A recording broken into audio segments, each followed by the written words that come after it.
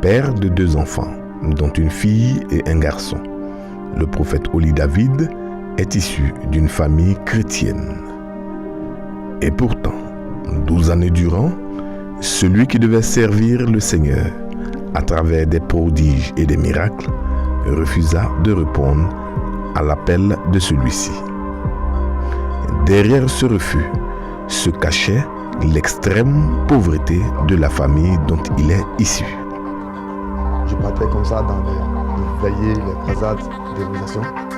Et les hommes de Dieu déclaraient des paroles sur ma vie, qu'on appelle prophétie.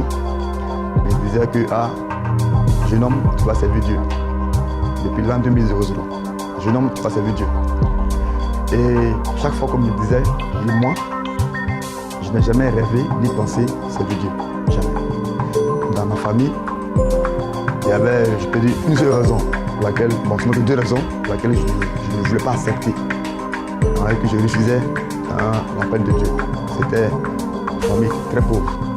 Voilà, je viens, comme me dit Gédéon, je suis petit, et encore ma famille est la plus pauvre du village. Chaque fois, mes parents me disaient, et ont inculqué ça dans mon esprit, que va à l'école, tu vas être comme aussi les autres qui sont directeurs, ministres, présidents.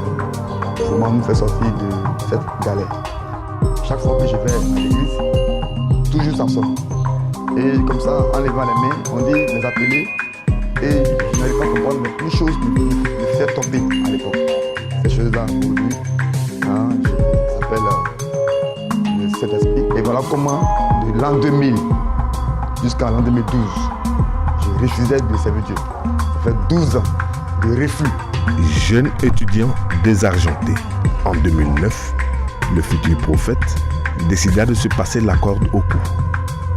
Il ressentit le besoin de lier son destin à celle qui fait office à ce jour d'épouse comme une force à laquelle il ne pouvait résister. En 2009, je me suis lancé dans cette aventure de mariage. Et en 2009, Dieu m'a fait grâce, j'ai rencontré ma cote, mon épouse, quand on s'est marié. Et j'étais vraiment obligé de maintenant faire face à la vie. Cette décision devait le conduire sur le chemin de la recherche d'un emploi, pour la simple raison qu'il devait désormais assumer ses responsabilités de chef de famille. J'ai présenté plusieurs concours. Quand les concours ne marchaient pas, dans ma déception, étant couché, chaque fois, j'entendais une voix qui me disait « Tu es mon serviteur. Tant que tu ne me sers pas, je ne vais pas t'ouvrir les portes. Tant que c'est par là que je vais te bénir. Mais tant que tu ne me sers pas, tu vas tourner en rond et souffrir. » Et pendant 12 années, j'ai refusé. C'est alors qu'une âme généreuse lui ouvre les portes de l'École nationale de police. Le jeune étudiant d'alors y est admis en qualité d'officier. Mais cette réussite était loin d'être le dernier acte des difficultés auxquelles il était confronté. C'était en 2010, Dieu m'a fait grâce. Un ministre est sorti de mon village et lui, dans sa vision, il mettait dans la police tous les étudiants et les élèves du village. J'ai présenté le concours de l'officier et par la grâce de Dieu, le concours a marché. J'étais tellement content. Et après, ce qu'on a connu, l'avènement, après 2010, les élections, il y a eu ce qu'on sait. Et le président Ado est venu au pouvoir et a rejeté carrément cette liste-là. Devant cet énième échec, la voix de la sagesse se fit entendre de la bouche de celle qui partage sa couche. Le futur serviteur se laissa convaincre, non sans insistance. La nuit, mon épouse m'a parlé, elle disait « Ah, chérie, regarde, parce qu'elle aussi était aussi étudiante. Et par ma rébellion, elle aussi, elle a porté plusieurs fois des concours qui aussi ne marchaient pas. Et Dieu m'a dit, averti que c'est à cause de moi, de ma rébellion, que ça ne marche pas. Elle disait, mais tu vois, pour toi, ça ne marche pas. Pour moi aussi, ça ne marche pas. Il faut accepter.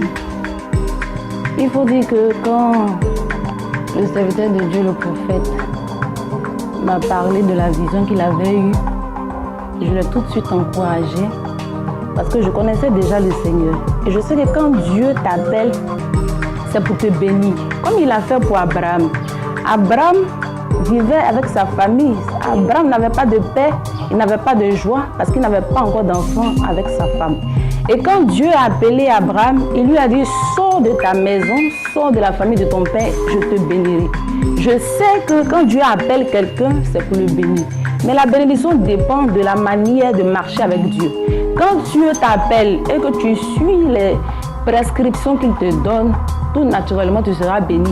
Et c'est ce que je lui ai dit. Je lui ai dit, prends courage. Avec le Seigneur, on n'a pas d'échec. Quand on marche selon les ordonnances que Jésus-Christ nous donne, on n'a pas d'échec. Allons-y, le Seigneur, la voix du Seigneur est cette voix-là qui nous sortira certainement des défaites que nous vivons. Dieu nous appelle à vivre une vie de victoire. Et j'avais déjà cette conviction en moi. Ce n'est pas parce que nous vivons dans une condition de précarité. Non, je connaissais le Seigneur et j'avais déjà confiance en Dieu. Ma volonté de servir le Seigneur en aidant son époux, le Saint-Esprit nous donne cette force-là que nous n'avons pas. Nous ne pouvons pas laisser notre travail si le Seigneur ne nous a pas donné cette conviction. Si le Seigneur me dit aujourd'hui, maman Oli, tu arrêtes tout, moi j'arrête tout. Parce que c'est le Seigneur que je suis. Mais comme pour le moment je suis encore au service, je fais les deux. Donc je demande à toutes mes soeurs de prendre courage. Avec le Saint-Esprit, tout est possible. Seulement, il faudrait qu'elles soient bien organisées dans leur programme. Tout fait pour être là quand l'homme de Dieu a besoin d'elle. Tout fait aussi pour être là quand les enfants aussi. Parce qu'il y a trois fronts. Il y a le front de l'homme de Dieu, il y a le front du travail, il y a aussi le front du foyer. Il faut être une mère pour les enfants. Il faut être une épouse pour le mari et aussi une femme battante pour la société. Tu ne connais pas la vie des pasteurs?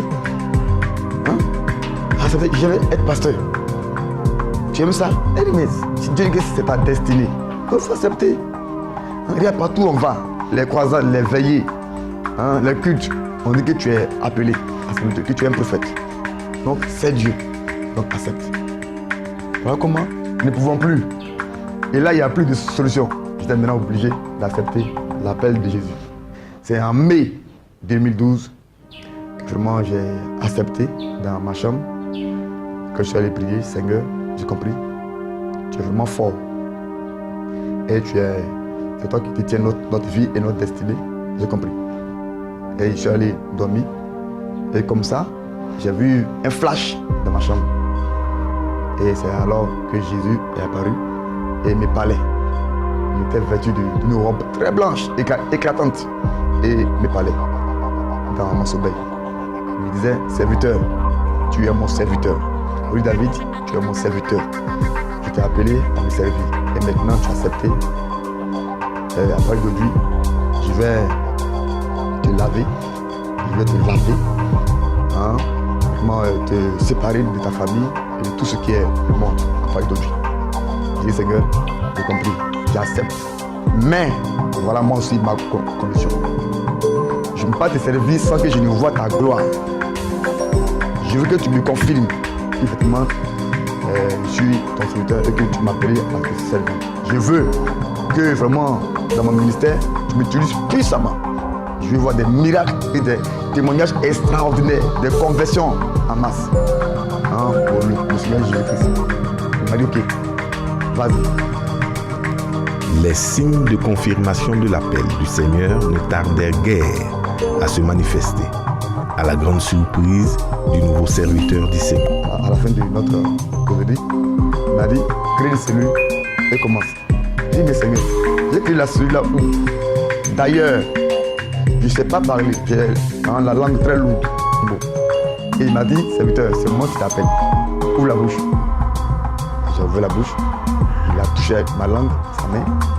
Et voilà comment quand je me suis levé net, ma langue a été déliée. Il dit, bon, mais j'ai dit quoi? J'ai dit quoi? Là, je dis, ok, attends. Et il a tapé mes yeux. Hein? Il a ouvert mes yeux spirituels. Et il m'a amené dans le village du voisin. Et il m'a dit, tu vois.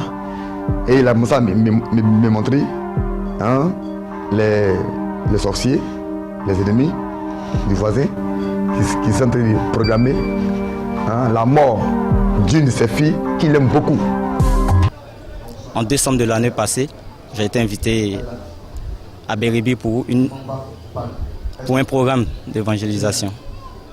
Voilà. Et à ce programme-là, après ce programme, à mon retour sur Abidjan, j'ai senti une douleur au niveau de ma jambe droite. Et dans les débuts, je me suis dit peut-être que c'était la fatigue. Voilà, donc j'ai pris tout ce qui est calmant. J'ai même suivi un traitement à l'hôpital. Mais ça n'a rien donné. Le mal a continué. Après, je ne pouvais ni m'asseoir ni me coucher, mais j'ai préféré me coucher, souffrir, coucher. Et lorsque l'homme de Dieu est venu, quand il a commencé son ministère, quand il m'a vu, il m'a dit, vous voyez ce que le diable fait. Mais qui veut que son serviteur se tienne sur les pieds, qui veut que son serviteur retrouve encore les jambes, l'usage des jambes. Le peuple a répondu favorablement. Et même pour m'envoyer devant la chaire pour prier, ils ont dû me traîner sur la natte sur laquelle j'étais couché. Et là, l'homme de Dieu a prié pour moi en moins de 3 minutes. Il a touché mes pieds, il m'a dit lève-toi. Par la grâce de Dieu, je me suis tenu sur les pieds. J'étais malade.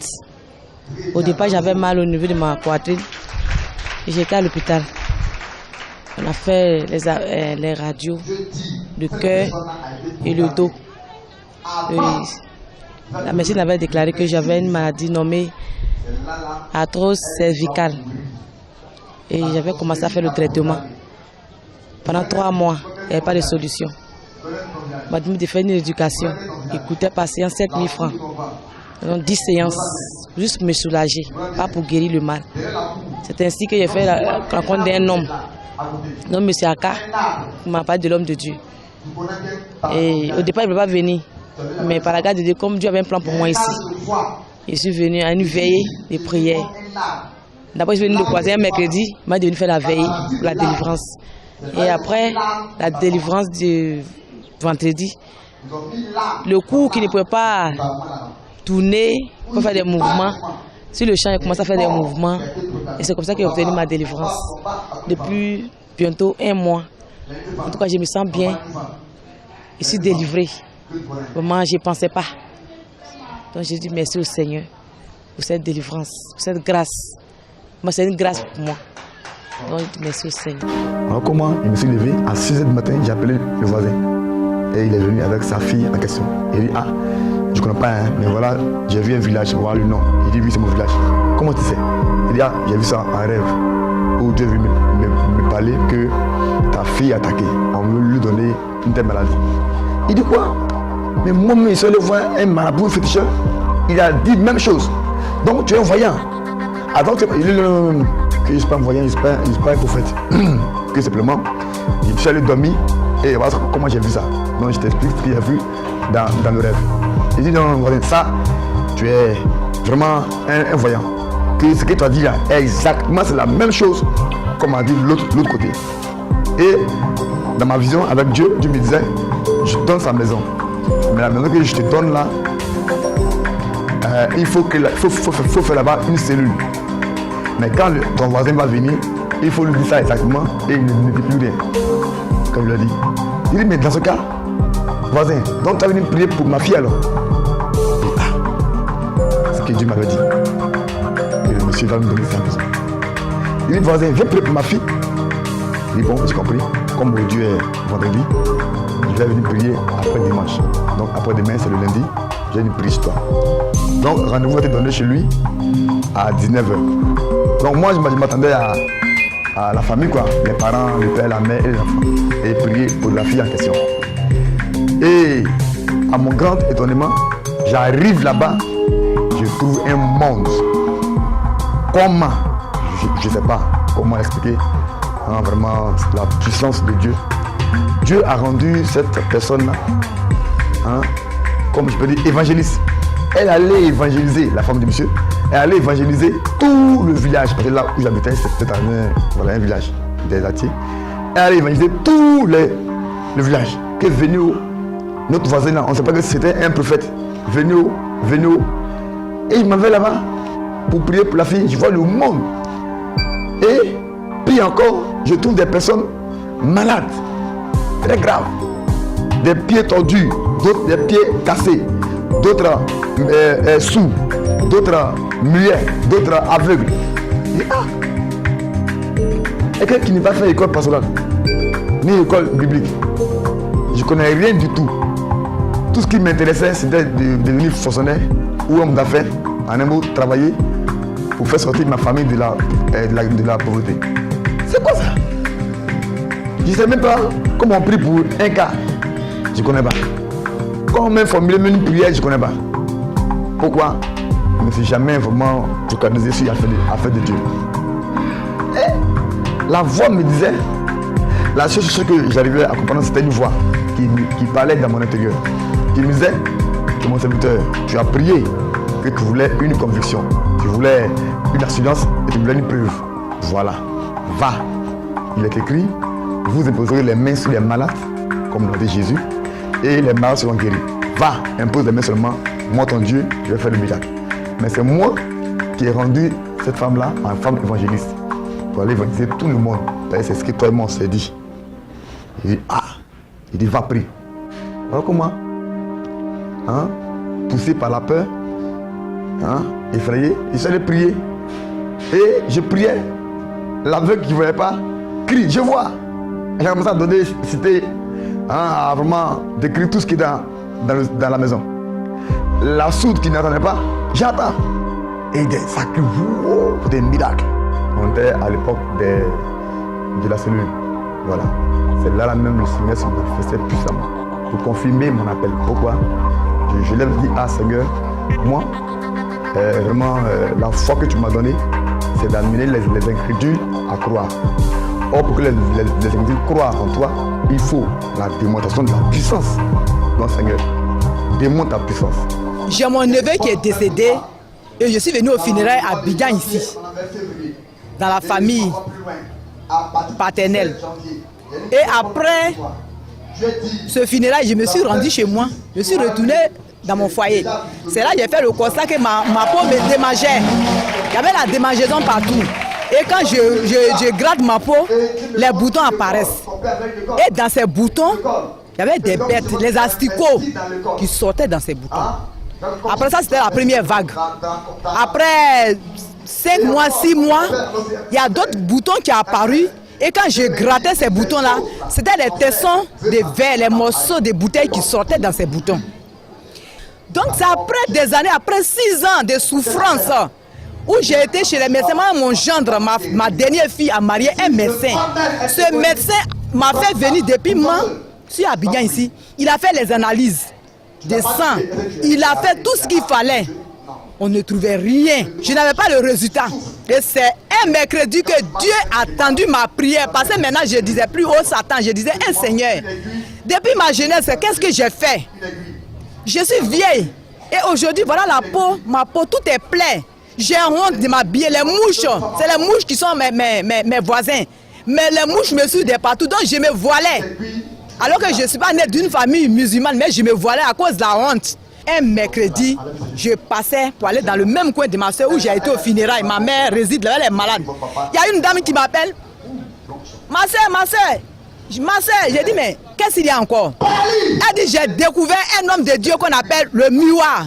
J'ai dit, un homme de Dieu qu'on appelle le miroir. Elle dit, oui. Où il se trouve? Elle dit, non, il se trouve. Je ne sais pas, elle a dit de prendre la rue, elle a dit Fontaine, Claire Fontaine. C'est là quand je suis venu un mercredi, je suis rentré. Les serviteurs de Dieu m'ont reçu, ils ont dit non, j'ai dit que papa Oli David, il délivre. Et quand papa a commencé à prophétiser, lui-même, la première personne qu'il a appelée, il a dit maman, viens.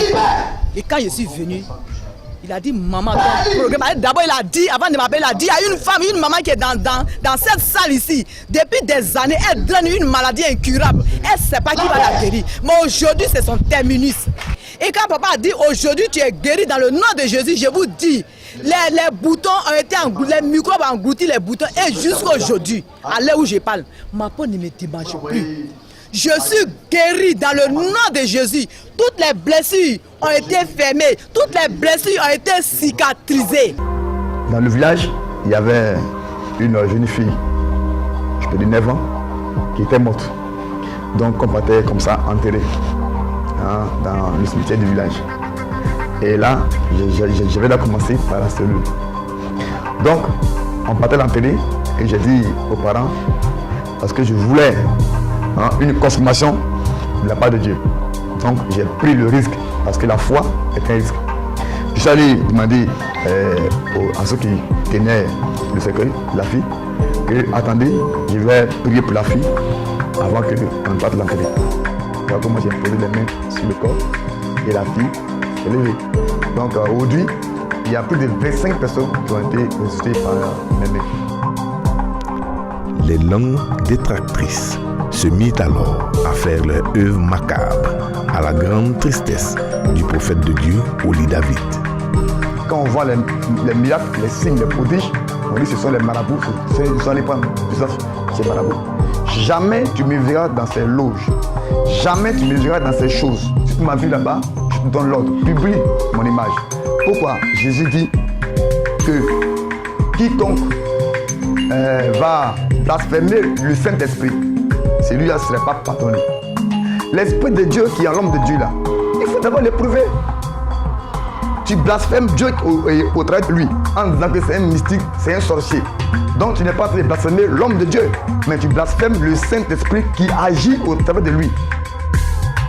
Devant un tel spectacle offert par le corps du Christ, l'homme de Dieu appelle ses co-religionnaires à faire bloc pour une plus grande efficacité dans l'œuvre à laquelle ils sont appelés. Je vais vous dire quelque chose que Dieu m'a révélé. Il m'a dit, serviteur, dis à mon peuple, lorsque je vais les rappeler à moi, au ciel, après la mort, le jugement, je ne vais pas leur dire, ni leur demander, je ne vais pas leur poser cette question en leur demandant que sur terre, tu as eu combien de femmes, tu as eu combien d'enfants, tu as eu combien de voitures, tu as eu combien de biens, tu as eu combien de millions ou milliards en banque. La seule question que je vais leur poser, serviteur, dis-leur à mon peuple et à mes serviteurs, combien d'âmes as-tu gagné? Combien d'âmes as-tu sauvé? Je t'ai choisi comme mon instrument, mon canal. J'ai mis en toi les talents, les dons. Qu'as-tu fait de ces dons et ces talents? C'est ça. Et encore, il dit au ciel, il ne dira pas, tu pries où? Qui est ton père spirituel? Tu pries dans quelle dénomination? Non. Il va seulement te demander combien d'âmes tu as sauvé. Est-ce que tu as pratiqué sa parole sur terre? C'est tout. Est-ce que tu as mené des bonnes actions? C'est tout. Donc vraiment, faisons beaucoup attention. Allons à la parole et surtout à l'appel de Jésus, qui est pour moi un ordre impératif, à savoir, allez et faites des nations mes disciples. Faisons des nations les disciples de Jésus. Vous voyez un peu, le côté arabe, allons daguer, soyons unis. Hein, et vraiment, je donne ce conseil-là à mes pères, à mes mères et aussi aux frères en Christ. Soyons unis. Si un tel homme de Dieu, Dieu l'utilise pour les miracles. Organisons un programme. On dit, frère, toi, ton domaine, c'est le miracle. Toi, ton domaine, c'est la parole. Tu prêches très bien. Toi, ton domaine, c'est la révélation. Viens faire. Pourquoi? Pour que les âmes soient sauvées, sur lesquelles on sera jugé. C'est tout. Tu peux dire, toi, tu es une femme d'affaires, femme de commerce. Il va te bénir à partir du mariage. Mais la sorcellerie s'est élevée comme toi, c'est parce que Dieu, c'est comme si tu ouvres les yeux et je vois les portes de Thoth. Les portes de Thoth, je vois Thoth. Qu'on va te doter, ma fille. Thoth. Mais c'est dans ce que je vois comme si ta famille, ma fille, ta famille te rejette.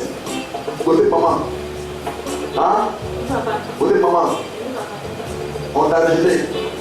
Jean, va vers ton mari. Tu t'appelles. Regarde, ma fille, c'est que tu me dis. Ta Thoth est actuellement attaquée. Sérieusement, ma fille, attaquée.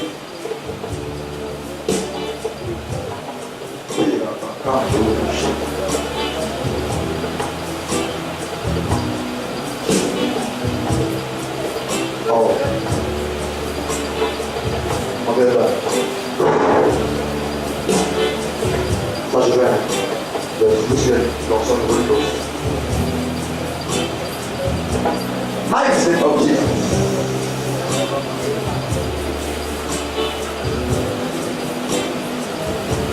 Oui, ça part. On fait vite. On fait vite. Levez. Elle va. Elle va. C'est À chasser. C'est ainsi. Sa maman est pas avec elle. Maman l'a chassé. Oui, elle est malade, maman l'a chanté. Oui.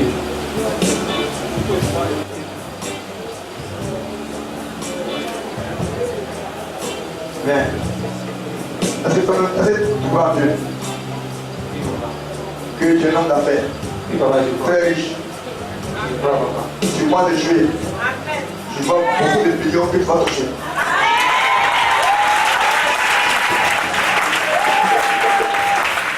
Et moi, tu très bien. Je ne repas authentique. Repas authentique, pasteur. Sur moi, tu veux sur moi de jouer. Tu toucheras une forte somme d'argent en millions. 6. En, y allez. Va. Tu es dans l'immobilier. Oui, papa. L'immobilier.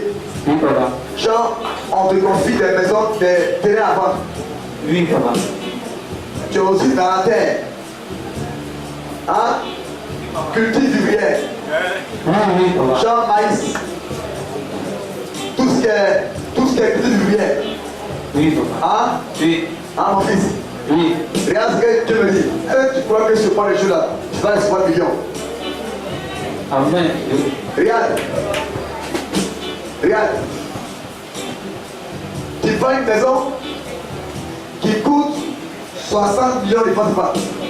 Oui, papa. Aujourd'hui, on n'est pas visité. Les acteurs sont venus.